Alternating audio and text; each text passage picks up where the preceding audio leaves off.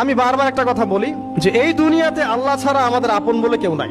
আপনি যাকে আপন মনে করেন না কেন, আমাদের সম্পর্ক আছে বাবার সাথে, মায়ের সাথে, স্ত্রী সন্তানদের সবার সাথে, আমাদের হক আছে, অধিকার আছে, সব ঠিক আছে। বিশ্বাস করেন আল্লাহ ছাড়া আপন বলে আপনার কেউ নাই।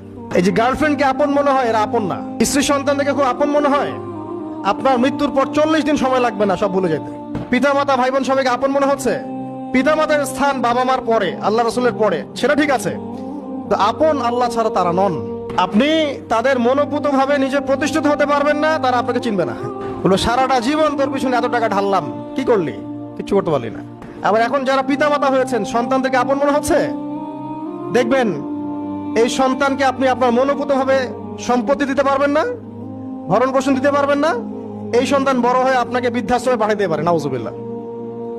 অথবা আপনার সাথে এই সন্তানই খারাপ ব্যবহার করবে। আপন মনে হচ্ছে? আল্লাহ ছাড়া কেউ আপন না।